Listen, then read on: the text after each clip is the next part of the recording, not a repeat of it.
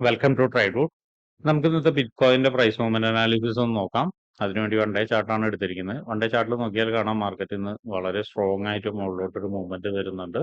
Movement തന്നിരിക്കുന്നത് ഈ ഒരു ഏരിയയിൽ നിന്നാണ്. ഈ ഒരു ഏരിയയുടെ പ്രത്യേകത കുറച്ച് ദിവസങ്ങളിലായിട്ട് കൺസോൾട്ടേഷൻ നടന്നുകൊണ്ടിരിക്കുന്ന ഏരിയ ആയിരുന്നു. ആ ഏരിയയിൽ നിന്നാണ് വന്നിരിക്കുന്നത്. അപ്പോൾ ആ ഏരിയനെ സപ്പോർട്ടായിട്ട് മാർക്ക് ചെയ്യുന്നുണ്ട്. ഇനി ഒരു റെസിസ്റ്റൻസ് എന്ന് പറഞ്ഞാൽ ഈ ഒരു ലെവലിൽ ഒരു റെസിസ്റ്റൻസ് നിൽക്കുന്നുണ്ട്. മാർക്കറ്റ് ഇപ്പം എത്തി നിൽക്കുന്ന ഏരിയയിൽ ഒരു റെസിസ്റ്റൻസ് നിൽക്കുന്നുണ്ട്. അപ്പൊ അതിനെയും മാർക്ക് ചെയ്തിടുന്നുണ്ട്. അതിന്റെ മുകളിലേക്ക് മറ്റൊരു റെസിസ്റ്റൻസ് എന്ന് പറഞ്ഞാൽ ഈ ഒരു ലെവലിൽ ഒരു റെസിസ്റ്റൻസ് ഉണ്ട്. നോക്കിയാൽ കാണാം ഇവിടെ വന്ന് മൾട്ടിപ്പിൾ ടൈം മാർക്കറ്റ് സപ്പോർട്ട് എടുത്തിട്ടാണ് താഴോട്ടേക്ക് ബ്രേക്ക് ചെയ്ത് വന്ന് വീണ്ടും ആ ലെവലിലേക്ക് തന്നെ റീടെസ്റ്റ് വന്നു. വീണ്ടും അതിന്റെ അടുത്തേക്ക് മാർക്കറ്റ് പലതവണ വന്നിട്ടുണ്ട്. അപ്പൊ അതിനെയും റെസിസ്റ്റൻസ് ആയിട്ട് മാർക്ക് ചെയ്തിടുന്നുണ്ട്. അപ്പൊ ഇത്രയാണ് വൺ ഡേ ചാർട്ടിൽ പ്രധാനപ്പെട്ട ഏരിയാസ് മാർക്ക് ചെയ്തിടുന്നത്. ഇനി നമുക്ക് 1 അവറിലേക്ക് പോവാം. 1 അവറിലേക്ക് പോകുന്ന സമയത്ത് നല്ലൊരു ബ്രേക്ക് ഔട്ട് കിട്ടിയിട്ടുണ്ട്. മുകളിലോട്ട് നല്ലൊരു ബ്രേക്ക് ഔട്ട് കിട്ടിയിട്ട് നല്ല റെസിസ്റ്റൻസ് ഏരിയയിലാണ് നിൽക്കുന്നത്. അപ്പോൾ റെസിസ്റ്റൻസ് ഏരിയയിൽ വന്ന് ചെറിയ രീതിയിലുള്ളൊരു റിയാക്ഷൻ കാണിക്കുന്നുണ്ട്. എനിവേ പ്രധാനപ്പെട്ട ഏരിയാസ് 1 അവറിൽ മാർക്ക് ചെയ്യുന്നതിൽ നേരത്തെ മാർക്ക് ചെയ്തതിൽ കുറച്ച് കാര്യങ്ങൾ അഡ്ജസ്റ്റ് ചെയ്ത് വെക്കുന്നുണ്ട്. ഈ ലെവലിലേക്ക് നമ്മൾ സപ്പോർട്ട് വെക്കുന്നുണ്ട്. ഒരു സപ്പോർട്ട്, രണ്ടാമത്തെ സപ്പോർട്ട് എന്ന് പറഞ്ഞത് ഈ ഒരു ലെവലാണ്. ഈ ഒരു ലെവലിനെയും മാർക്ക് ചെയ്ത് വെക്കുന്നുണ്ട്. ഇവിടുത്തെ ഒരു പ്രത്യേകത എന്താണെന്ന് വെച്ചിട്ടുണ്ടെങ്കിൽ അവിടെ ഒരു FEGയും കൂടി ഉണ്ട്. അപ്പോൾ അതുകൊണ്ട് അതിനെ FEG ആയിട്ടാണ് എടുക്കുന്നത്. താഴോട്ടേക്ക് വരുന്ന സമയത്ത് വീണ്ടും പ്രധാനപ്പെട്ട ഏരിയാസ് ഉണ്ട്. അതിൽ പെട്ട ഒരു ഏരിയ ആണ് ഈ ലെവലുള്ളത്. അതിനെയും മാർക്ക് ചെയ്ത് വെക്കുന്നുണ്ട് സപ്പോർട്ടായിട്ട്.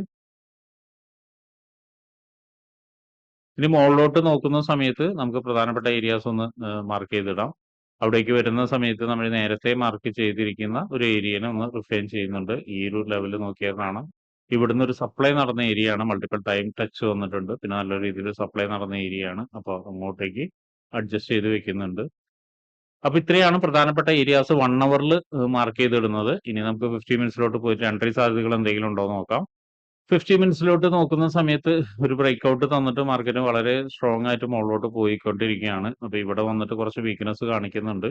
ചിലപ്പോൾ ഒന്നുകൂടി ഒന്ന് മുകളിലോട്ട് കയറിയിട്ട് ഒന്ന് സ്ട്രോങ് ആയിട്ടൊന്ന് താഴോട്ടേക്ക് വരാം. അങ്ങനെ താഴോട്ടേക്ക് വരികയാണെങ്കിൽ നല്ലൊരു സെല്ലിംഗ് ക്യാൻഡിൽ വരികയാണെങ്കിൽ അതിനെ ബേസ് ചെയ്തിട്ട് നമുക്കൊരു സെൽ എൻട്രി എടുക്കാം. ഏറെക്കുറെ നമുക്ക് എക്സ്പെക്ട് ചെയ്യാൻ പറ്റുന്ന ഫസ്റ്റ് ടാർഗറ്റ് എന്ന് പറയുന്നത് ഈ ലെവലാണ്. സെക്കൻഡ് ടാർഗറ്റ് എന്ന് പറയുന്നത് ഈ ലെവലാണ്. ഇത് രണ്ടുമാണ് നമുക്ക് ഏറെക്കുറെ എക്സ്പെക്ട് ചെയ്യാൻ പറ്റുന്നത്. ഇനി ഇവിടെ നിന്നൊരു കൺഫർമേഷൻ കിട്ടുകയാണെങ്കിൽ വീണ്ടും നമുക്ക് അപ്സൈഡിലേക്ക് പോകാം. അപ്സൈഡിലേക്ക് പോകുന്ന സമയത്ത് ഈ ഒരു ലെവൽ വരെ നമുക്ക് ഫസ്റ്റ് ടാർഗറ്റ് വെക്കാം. രണ്ടാമത്തെ ടാർഗറ്റ് ഈ ലെവൽ വരെ വെക്കാം. പിന്നെ മറ്റൊരു കാര്യം ശ്രദ്ധിക്കാനുള്ളത് നേരത്തെ പറഞ്ഞ പോലെ തന്നെ മാർക്കറ്റ് ഒരുപക്ഷെ ഇവിടെ നിന്ന് ഈ FEGനെ റെസ്പെക്ട് ചെയ്യാതെ താഴോട്ടേക്ക് വന്ന് ഈ ഒരു സപ്പോർട്ട് ഏരിയയിൽ നിന്ന് ഒരുപക്ഷെ നല്ല രീതിയിൽ കൺഫർമേഷൻ കിട്ടുകയാണെങ്കിൽ വീണ്ടും ഒരു ബൈ എൻട്രി നമുക്ക് എക്സ്പെക്ട് ചെയ്യാം. അതും നേരത്തെ വെച്ചിരിക്കുന്ന ആ ടാർഗറ്റ് പോലെ ഈ ലെവലിലേക്ക് ഫസ്റ്റ് ടാർഗറ്റും സെക്കൻഡ് ടാർഗറ്റ് ഈ ലെവലിലേക്കൊക്കെ നമുക്ക് വെക്കാവുന്നതാണ്. അപ്പോൾ അതൊന്ന് നോട്ട് ചെയ്ത് വെക്കുക. ഇതിന് മറ്റൊരു സെൽ എൻട്രി ആണ്. സെൽ എൻട്രി എന്ന് പറഞ്ഞാൽ ഈ ഒരു ലെവലിന്റെ താഴോട്ടേക്ക് വരണം. അതായത് ഇതിന്റെ താഴോട്ടേക്ക് വന്നാൽ മാത്രമേ ഒരു സെൽ എൻട്രി നമുക്ക് എക്സ്പെക്ട് ചെയ്യാൻ പറ്റുള്ളൂ. അവിടെ നിന്ന് താഴോട്ടേക്ക് വന്നു കഴിഞ്ഞാൽ വീണ്ടും ഈ ഒരു സപ്പോർട്ട് വരെ മാർക്കറ്റ് എത്താനുള്ള ഒരു സാധ്യത കാണുന്നുണ്ട്. അപ്പോൾ അതൊന്ന് നോട്ട് ചെയ്ത് വെക്കുക. അപ്പോൾ ഇത്രയാണ് ഇന്നത്തെ BTC അഥവാ ബിറ്റ് കോയിന്റെ പ്രൈസ് മൂവ്മെന്റ് അനാലിസിസ്. ട്രേഡ് എടുക്കുന്ന ആളുകൾ എല്ലാവരും നോക്കിയും കണ്ടും ട്രേഡ് എടുക്കാൻ ശ്രമിക്കുക. ബ്ലൈൻഡ് ആയിട്ട് ട്രേഡ് എടുക്കാതിരിക്കുക.